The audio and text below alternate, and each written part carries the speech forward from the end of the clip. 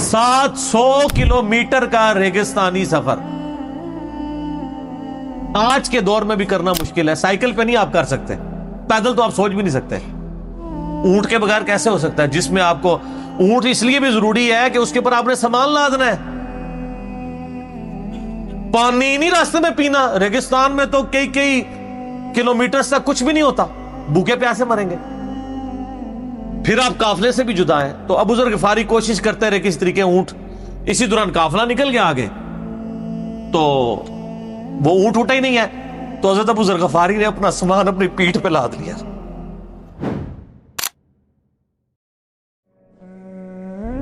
سر ابو ذر غفاری رضی اللہ تعالیٰ عنہ کے تو حالات بیان کرنے کے لیے بڑا پتھر کا دل چاہیے. اتنے سوز و گداز والی زندگی ہے ان کی. ہاں, جامعہ ترمذی میں حدیث ہے, نبی صلی اللہ علیہ وآلہ وسلم نے ارشاد فرمایا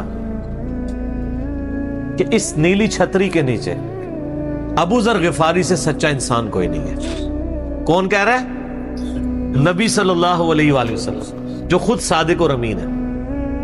اور جامعہ ترمذی میں ایک اور حدیث ہے, نبی علیہ السلام نے فرمایا کہ ابو ذر غفاری سے بڑھ کر کوئی عہد وفا کرنے والا اور زہد میں میری امت میں نہیں ہے. یہ میری امت میں عیسیٰ ابن مریم کی مثل ہے, ابو ذر غفاری. اور عیسیٰ ابن مریم وہ ہیں جن کے بارے میں روایتوں میں آتا ہے کہ وہ دنیا سے اتنے زاہد تھے کہ وہ برتن میں پانی بھی نہیں پیتے تھے. وہ کہتے تھے یہ بھی دنیا کا مال ہے, اپنے ہاتھوں میں پانی پیا کرتے تھے. یعنی دنیا کو 3 طلاقیں دی ہوئی تھی. تو نبی علیہ السلام فرمایا میری امت میں سیدنا عیسیٰ ابن مریم کی مثل زہد میں ابو ذر غفاری ہے. یہ لفظ ہے ابو ذر غفاری, غفاری نہیں ہے لفظ, غفاری زیر ہے اور فا کے اوپر تشدید بھی نہیں ہے. تو ابو ذر غفاری رضی اللہ تعالیٰ عنہ علیہ السلام نبی علیہ السلام کے لاڈلے اصحاب میں سے تھے. صحیح بخاری میں ان کے قبول اسلام کا پورا واقعہ موجود ہے. ان تک جب دعوت پہنچی کہ اس طرح ایک پیغمبر آئے ہیں مکے کی سرزمین میں جنہوں نے دعوی نبوت کیا, تو یہ انہوں نے پہلے اپنے بھائی کو بھیجا کہ خیر خبر لے کے آؤ. تو انہوں نے بتایا ہاں اس طرح ایک شخص ہے. پھر یہ خود رخت سفر باندھ کے نبی صلی اللہ علیہ وآلہ وسلم کی خدمت میں حاضر ہوئے مکہ شریف میں. تو صحیح بخاری میں آتا ہے کہ یہ گئے, یعنی مکہ شریف میں اب ڈر بھی رہے تھے. میں کیونکہ ان کو پتا تھا کہ نبی علیہ السلام کی مخالفت بھی بہت زیادہ ہے, کہ اگر میں کسی سے نبی علیہ السلام کے بارے میں پوچھا تو ہو سکتا ہے میرے ساتھ کوئی ایسی ایکٹیویٹی پرفارم نہ کر دے. تو یہ حرم مکہ میں انہوں نے ڈیرا ڈال لیا اور کہتے ہیں میں جتنے دن وہاں رہا نا تو آب زمزم بھی پیتا تھا. جب میری کھجوریں ختم ہو گئی, زمزم کھانے کا کام بھی کرتا تھا اور پینے کا بھی, زمزم طاقت والا پانی. تو کہتے ہیں سب سے پہلے میری جس شخص سے ملاقات ہوئی وہ سیدنا علی ابن ابی طالب تھے رضی اللہ تعالیٰ عنہ علیہ السلام. تو کہتے ہیں حضرت علی نے جب مجھے آبزرو کیا نہ تو مجھے اپنے ساتھ گھر لے گئے, کہ پردیسی ہے, کھانا شانا کھلایا, رات ٹھہرایا. کہتے ہیں نہ انہوں نے مجھ سے پوچھا کہ کس لیے آئے ہو, نہ میں نے ان کو بتایا. یہ میں آپ کو اخلاقیات بتا رہا ہوں کہ دعوت کا کام کتنا ٹھنڈے کر کے کرنا پڑتا ہے. آپ تو کہتے ہیں پہلے دن ہی کسی کو رفع الیدین شروع کروا دیں, اتنا آسان نہیں ہوتا یہ. تو دوسرا دن بھی اسی طرح گزرا, تیسرا دن بھی. تو 3 دن کے بعد ابو ذر غفاری نے خود حضرت علی پہ اعتماد کیا اور ان کو اندازہ ہوا کہ یہ بڑا, تو انہوں نے کہا میں یعنی ایک, اور حضرت علی نے بھی ایکسپوز نہیں کیا کہ میں نبی علیہ السلام کے قریبی لوگوں میں سے ہوں. تو ان کا کہ مجھے تم ایک اچھے انسان لگے ہو تو میں اس کام کے لیے آیا ہوں, تو تم مجھے گائیڈ کرو محمد ابن عبداللہ کے بارے میں ان سے ملنا چاہتا ہوں صلی اللہ علیہ وسلم. تو سیدنا علی نے کہا کہ واقعی وہ تو اللہ کے پیغمبر ہیں اور اس طرح. تو پھر وہ حضرت ابو ذر غفاری کو نبی علیہ السلام کے پاس لے گئے. نبی علیہ السلام کے پاس تھوڑی دیر بیٹھے, انہوں نے اسلام قبول کر لیا. اور سر اسلام کیا قبول کیا, اتنا اعلیٰ درجے کا ایمان. نبی علیہ السلام فرمایا تم اپنے قبیلے میں واپس چلے جاؤ, جب مکے میں ہمارا غلبہ ہوگا یا کوئی اللہ تعالیٰ راہ نکالے گا, ابھی تو جو بھی اسلام قبول کرتا ہے اس کی پھینٹی لگتی ہے, تو میں کوئی نہ کوئی تمہیں مطلب بتا دوں گا, ابھی تم اپنا ایمان پوشیدہ رکھو, اپنے علاقے میں چلے جاؤ. ان کا یا رسول اللہ ایسے نہیں ہو سکتا, وہ جناب آگے مکے خانہ کعبے کے اندر آ کے انہوں نے کہا میں گواہی دیتا ہوں کہ اللہ ایک ہے اور محمد صلی اللہ علیہ وسلم اس کے رسول ہیں. تو مشرکین عرب ان پہ ٹوٹ پڑے، خوب مارا. حتیٰ کہ عباس بن عبد المطلب جو اس وقت تک مسلمان نہیں ہوئے تھے، نبی علیہ السلام کے چچا تھے، لیکن چونکہ بنو ہاشم سے تھے اور بنو ہاشم آپ کو پتہ ہے متولی تھے کعبہ شریف کے، انہوں نے اپنے آپ کو ابو ذر غفاری کے اوپر گرا لیا کہ تاکہ ان کو کوئی مارے نہ. انہوں نے کہا تمہیں پتہ نہیں ہے قبیلہ یعنی غفاری قبیلے سے تعلق رکھتا ہے تو اس کے قبیلے کے لوگ آ کے یہاں پہ لڑائی کریں گے ہم سے. کیونکہ قبائلی سسٹم تھا نا، اس میں یہ نہیں دیکھا جاتا تھا کہ اس کا مذہب کیا ہے، پہلے نمبر پہ دیکھا جاتا ہے یہ ہمارے قبیلے کا ہے، تم نے ہمارے قبیلے کے بندے کو مارے تمہیں نہیں چھوڑیں گے. اسی وجہ سے آپ دیکھیں نا بنو ہاشم اسلام قبول نہ کرنے کے باوجود نبی علیہ السلام کی پشت پہ تو کھڑے رہے نا، اور یہ پہلے بھی ہوتا رہا. قرآن حکیم میں آتا ہے نا کہ شعیب علیہ السلام کی قوم کیا کہتی ہے، اے شعیب اگر تیرا قبیلہ تیرے ساتھ نہ ہوتا کب سے تیرا کام کر چکے ہوتے. اس لیے انبیاء ڈومیننٹ قبائل میں آتے ہیں جو شریف النفسی والے ہوتے ہیں، جن میں ایک سسٹم ہوتا ہے پورا. تو اور پھر جو ہے نا وہ اگلے دن پھر ابو ذر غفاری نے اس طرح کلمہ پڑھا، پھر ان کی پٹائی ہوئی، پھر حضرت عباس نے ان کو بچایا اور پھر وہاں سے یعنی وہ چلے گئے. یہ پوری حدیث صحیح بخاری میں ہے، اور بلکہ بخاری میں پورا ایک چیپٹر ہے ابو ذر غفاری کے اسلام لانے کا واقعہ. امام بخاری نے ابو ذر غفاری کا پروٹوکول یہ رکھا ہے کہ اسلام کا پورا چیپٹر بنایا ہے ابو ذر غفاری کے اسلام لانے کا واقعہ. باقی یہ درویش صفت آدمی تھے اور دنیا کو 3 طلاقیں دی ہوئی، اور وہ اس لیے کہ انہوں نے نبی علیہ السلام کو بڑا کلوزلی آبزرو کیا تھا.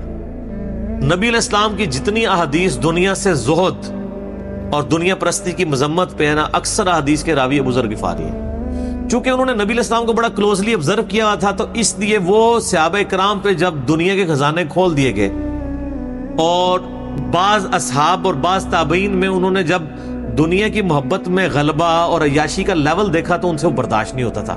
اور تو نبی علیہ السلام کی صحبت کی ہوئی تھی، وہ کہتے تھے یہ دیکھو یار ہم لوگ تو فاقے کرتے تھے اور ہمارا پیغمبر ہمیں یہاں تک تعلیمات دیتا تھا کہ اے اللہ محمد اور آل محمد کو بس اتنا ہی رزق دینا کہ روح اور جسم کا رشتہ برقرار رہے. یہ حدیث بخاری و مسلم میں ہے، اور بخاری و مسلم میں حدیث ہے حضرت عمر کو نبی علیہ السلام نے ڈانٹتے ہوئے کہا جب وہ چٹائی کے نشان دیکھے، ان کا یا رسول اللہ رو پڑے کہ کیسر و کسرا تو دنیا کے مزے لوٹ رہے ہیں اور آپ اللہ کے نبی ہیں، تو آپ فرمایا کہ تم اس پہ خوش نہیں کہ وہ دنیا کے مزے لوٹیں اور تم آخرت کی سعادت لوٹو. اور لگتا ہے عمر تم پہ دنیا کی حقیقت آج بھی نہیں کھلی. جن لوگوں کے سامنے یہ ساری چیزیں تھی، جن لوگوں نے نبی علیہ السلام کا وہ پیریڈ دیکھا تھا، پھر ان کو یہ بھی پتا تھا کہ بخاری و مسلم میں نبی علیہ السلام کے جو آخری خطبات میں سے شہدائے احد کے اوپر جو نماز جنازہ آپ نے 8 سال بعد پڑھی، اور وہاں پہ آپ نے جنازے یعنی ادھر قبرستان میں خطبہ دیا عبرت کے لیے، اور اس میں کئی چیزیں تھی. ایک تو یہ تھی کہ یہ یہاں پہ وہ لوگ دفن ہیں جنہوں نے اسلام کے لیے قربانی دی ہے اور ان کا پھل تم نے کھانا ہے. وہ دنیا سے اسی طریقے سے گئے ہیں، دفن میں نہیں دیا گیا کئی لوگوں کو. نمبر 2، اسی میدان میں مال غنیمت سمیٹنے کی وجہ سے ایک فتح شکست میں بدل گئی تھی، جبکہ اللہ کے نبی بھی موجود تھے. اللہ نے اس کا بھی لحاظ نہیں کیا اور وہ فتح شکست میں بدل گئی کہ انہوں نے مال غنیمت لپیٹنے میں نبی علیہ السلام کی حکم عدولی کر دی، تو تاکہ بعد میں یہ معاملہ نہ ہو. تو وہاں آپ کا خطبہ بخاری مسلم دونوں میں ہے. آپ نے فرمایا کہ اور حضرت عقبہ ابن عامر کہتے ہیں میں نے آخری دفعہ نبی علیہ السلام کو ممبر پہ اسی دن دیکھا تھا. آپ نے فرمایا کہ میں اللہ کی قسم اپنے حوض کوثر کو اس وقت دیکھ رہا ہوں، اللہ نے دکھا دیا.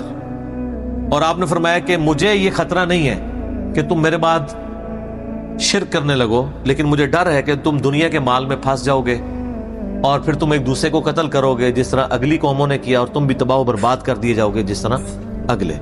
اس سے زیادہ کیسے آپ ڈر سناتے؟ اب یہ ساری چیزیں موجود تھیں. آپ فرمایا مجھے خطرہ یہ ہے کہ دنیا کا مال تم پہ کھول دیا جائے گا، ان قریب کیسر و کسرا کے خزانے تمہارے پاس آ جائیں گے. جو بخاری مسلم میں آتا ہے نا کہ نبی علیہ السلام نے کہا کہ مجھے اللہ نے 2 خزانے عطا کر دیے، ٹھیک ہے، زمین کی خزانوں کی چابیاں، اور جس سے وہ بریلویوں نے کچھ اور ہی قیدہ بنا لیا. اس میں موجود ہے کہ کیسر و کسرا کے خزانے، یعنی آپ کو بتایا گیا کہ رومن اور پرشین امپائر جو ہے مسلمان فتح کر لیں گے یرموک اور قادسیہ کے اندر، اور مسلمانوں کے پاس وہ دولتیں آ جائیں گی. آہستہ آہستہ وہ بھی اسی یعنی دنیا کی محبت کا شکار ہو جائیں گے. اب یہ ساری باتیں حضرت ابو ذر غفاری کے سامنے تھی. حتیٰ کہ صحیح بخاری میں آتا ہے کہ ابو ذر غفاری کہتے ہیں مجھے دن یاد ہے کہ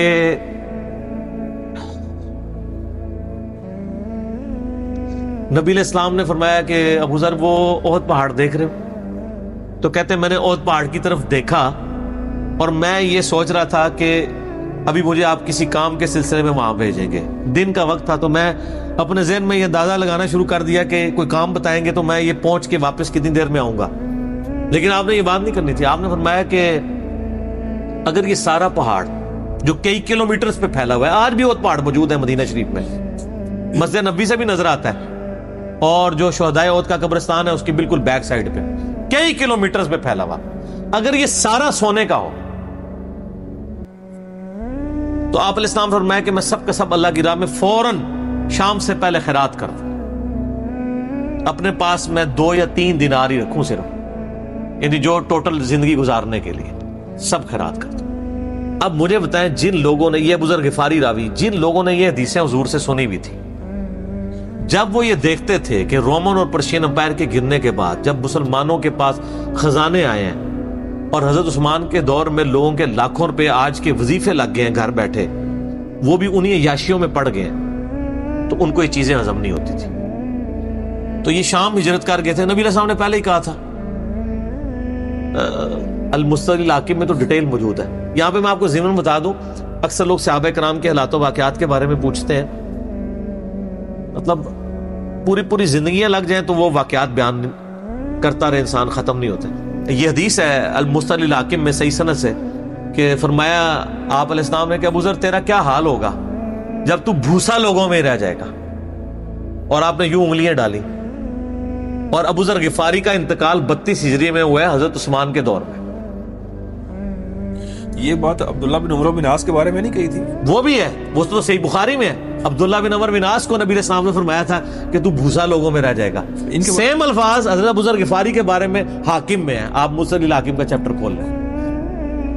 وہ تو یزید کے دور تک گئے تھے نا, یہ حضرت عثمان غنی کے دور میں فوت ہوئے. یعنی حضرت عثمان غنی برے نہیں تھے نعوذ باللہ, یعنی ان کے دور میں عیاشی کا لیول لوگوں کا یہ ہو گیا تھا. تو یہ یعنی اس میں پھر حدیث میں الفاظ ہیں, نبی علیہ السلام سے پھر انہوں نے کہا یا رسول اللہ میں کیا کروں, تلوار اٹھا لوں؟ آپ فرمایا صبر کرنا اور اپنی زبان سے تم حق بات کی تلقین کرتے رہنا, پھر آپ کو حاکم میں ملے گا. نبی علیہ السلام فرمایا کہ ان قریب تمہیں مدینے سے نکال دیا جائے گا, شام چلے جاؤ گے وہاں سے بھی نکال دیا جائے گا. اور سر ایک بڑی دردناک حدیث ابو ذر غفاری کے بارے میں, وہ حاکم میں ہی ہے, المستدل الحاکم میں.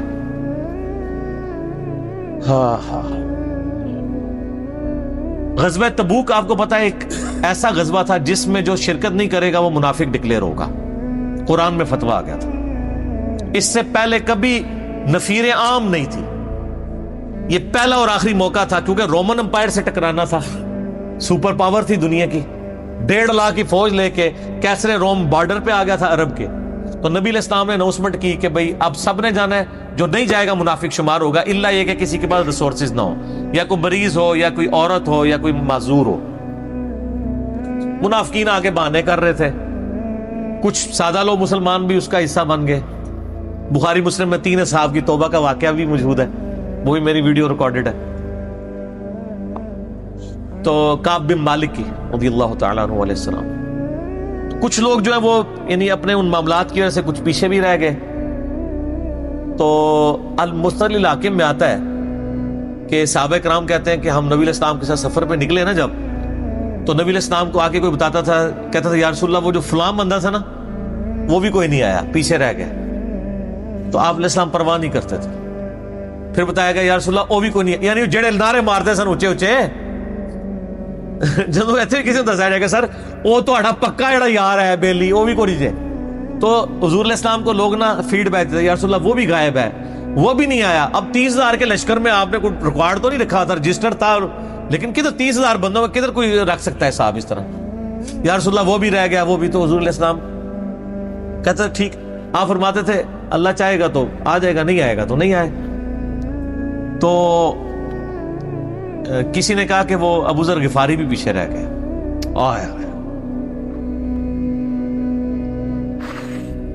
اور ابو ذر کو اس کے اونٹ نے روک لیا. اونٹ ہی نہیں اٹھ رہا تھا نا سر, وہ آپ کو گاڑی تو نہیں ہے نا جو سٹارٹ کر لیں گے آپ, اونٹ چلنے سے انکار کر دے, کوئی کر سکتا ہے. اور سر سفر کتنا ہے, 700 کلومیٹر, 700 کلومیٹر کا ریگستانی سفر. آج کے دور میں بھی کرنا مشکل ہے. سائیکل پہ نہیں آپ کر سکتے, پیدل تو آپ سوچ بھی نہیں سکتے. اونٹ کے بغیر کیسے ہو سکتا ہے, جس میں آپ کو اونٹ اس لیے بھی ضروری ہے کہ اس کے اوپر آپ نے سامان لادنا ہے. پانی نہیں راستے میں پینا. ریگستان میں تو کئی کلومیٹر تک کچھ بھی نہیں ہوتا, بھوکے پیاسے مریں گے. پھر آپ قافلے سے بھی جدا ہیں. تو ابو ذر غفاری کوشش کرتے رہے کس طریقے اونٹ, اسی دوران قافلہ نکل گیا آگے, تو وہ اونٹ اٹھا ہی نہیں ہے. تو حضرت ابو ذر غفاری نے اپنا سامان اپنی پیٹھ پہ لاد لیا, پیدل چل پڑے ریگستانی سفر میں. حاکم کی روایت ہے کہ ہم نے دیکھا دور سے ایک اکیلا شخص آ رہا ہے جس کی پیٹھ کے اوپر بورا لدا ہوا ہے. تو نبی علیہ السلام کی آپ محبت دیکھیں, آپ نے فرمایا کہ تو ابو ذر ہو جا, یعنی جو آنے والا شخص ہے تو ابو ذر ہو. یعنی حضور نے خواہش کا اظہار کیا.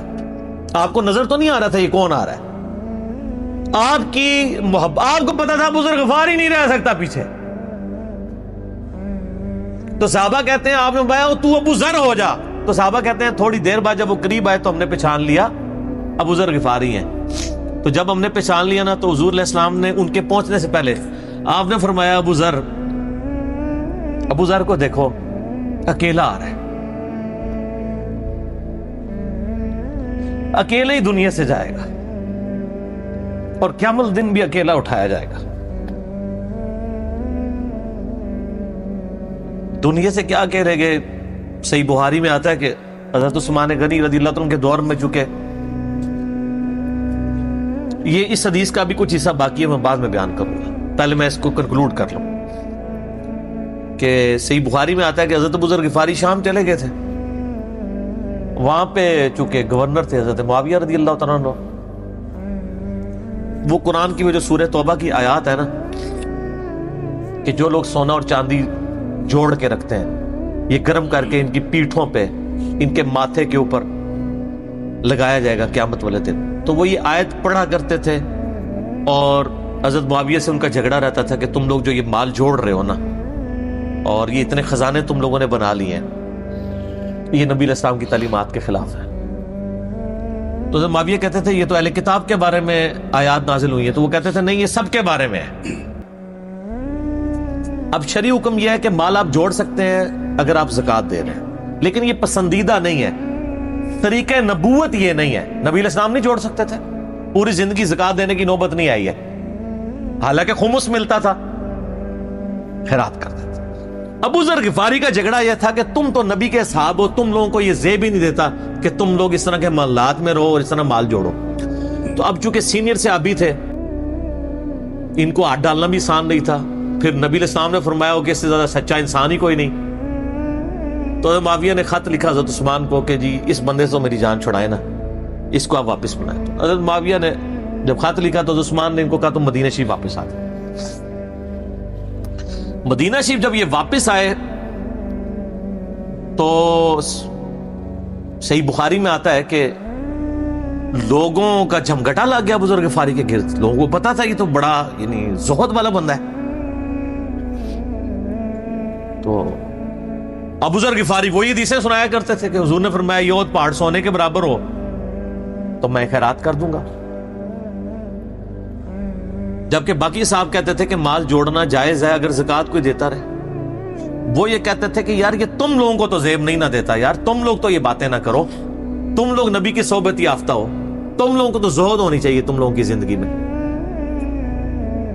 اب لوگوں کا ہجوم ان کے گرد لگ گیا, اور پھر حضرت عثمان نے ان کو خلیفہ وقت تھے بلایا اور کہا کہ یار تو خود ہی مدینہ شریف چھوڑ کے یہاں سے چلا جا, تیری وجہ سے فتنہ کھڑا ہونا ہے. حضرت عثمان نے کہا میں نے تو نبی علیہ السلام سے سنا تھا کہ حکمرانوں کی اطاعت کرنا, صبر کر لینا. تو ایک زبدہ نامی کا ایک گاؤں تھا مدینہ شریف کے پاس, شہر سے ہٹ کے, تو وہ پھر وہاں پہ ہجرت کر گئے. آپ دیکھیں ریونج کیسا تھا, لوگ کتنے ڈرے ہوئے تھے کہ ابو ذر اپنی بوڑھا شخص 80-90 سال کا بابا اپنی ایک بڑھیا بیوی کو لے کے اس عمر میں شہر بدر ہو رہا ہے اکیلا. آج نہیں آپ سوچ سکتے کسی جگہ آپ اکیلے جا کے پڑاؤ کریں, کسی بیابان کے اندر, ریگستان کے اندر. اس زمانے میں آپ سوچ رہے, آج کل بھی آپ مدینہ شریف کے گرد چلے جائیں تو آپ وہاں نہیں ایک رات بھی نہیں گزار سکتے. تو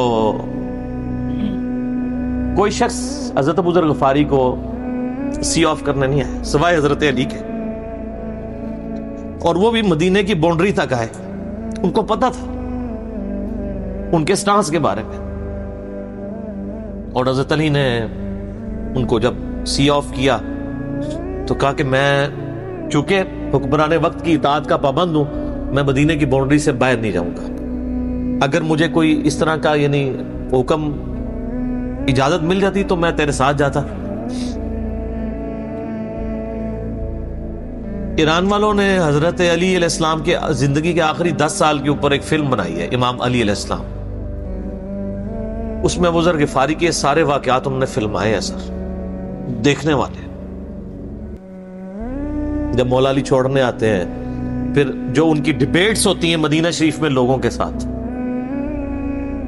وہ ساری انہوں نے ویڈیو میں فلما دی. پھر یہ چلے گئے وہاں پہ رہنا شروع ہو گئے. اب اس حدیث کی طرف واپس آ جائیں جو فرمایا آپ علیہ السلام نے اکیلے ہی مرے گا. تو ابو ذر غفاری, اس حاکم کی روایت میں آتا ہے ابو ذر غفاری کی موت کا وقت قریب آ گیا, صرف بیوی ہے پاس. بیوی نے رونا شروع کر دیا کہ حضرت آپ فوت ہو گئے, آپ کو کفن کون دے گا, آپ کو غسل کون دے گا, آپ کو دفنائے گا کون, میں عورت ذات کیا کر سکتی ہوں.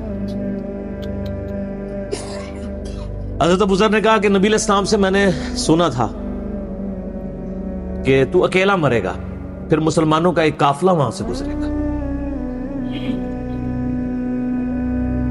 جو تجھے کفن دے کے دفنائے گا اور جنازہ بھی پڑھے گا.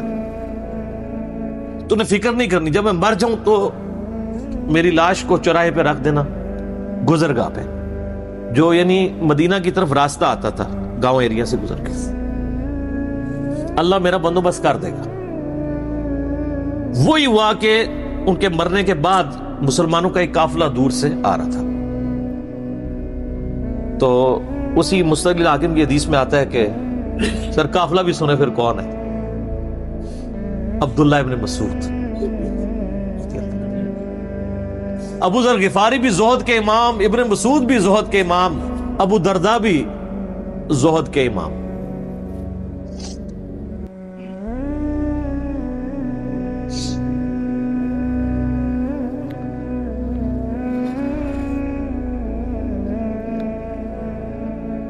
ابن مسعود رضی اللہ تعالیٰ عنہ جب وہاں پہ رکے, ان کو تو نہیں پتا تھا یہ کون ہے. تو انہوں نے کہا بی بی کیا وہ, ان کا میرا خامند مر گیا ہے. ان کا یہ کون ہے؟ تو انہوں نے کہا ابو ذر غفاری. عبداللہ ابن مسعود کی چیخ نکل گئی, چیخ ماری انہوں نے. ان کا واہ, اللہ کے نبی نے فرمایا تھا کہ ابو ذر اکیلا آ رہا ہے تبوک کے موقع پہ, دنیا سے بھی اکیلا جائے گا, اور قیامت الدن بھی اکیلا اٹھایا جائے گا. یعنی اب اسی سرزمین سے ہی اس نے اٹھنا ہے نا, ہر بندے نے اپنی قبر سے اٹھنا ہے.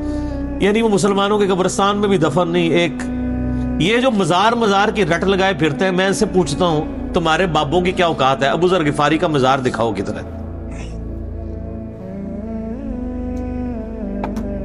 جو اس روئے ارض پہ نیلی چھتری کے نیچے سچا ترین انسان جس کو اللہ کے نبی کہہ رہے ہیں, اس کا کوئی مزار نہیں ہے. غریب المتنی میں مرا ہے, اس کی قبر بھی ایسی جگہ ہے جہاں مسلمانوں کے پاس قبریں بھی کوئی نہیں ہے. ایک ریگستان میں اکیلی قبر ہے, اس قبر کا بھی کسی کو نہیں پتا, اس پہ کوئی مزار بھی نہیں ہے, اور قیامت دن بھی اکیلا اٹھایا جائے گا. یعنی قیامت تک وہاں پہ کوئی قبرستان بھی نہیں بنے گا.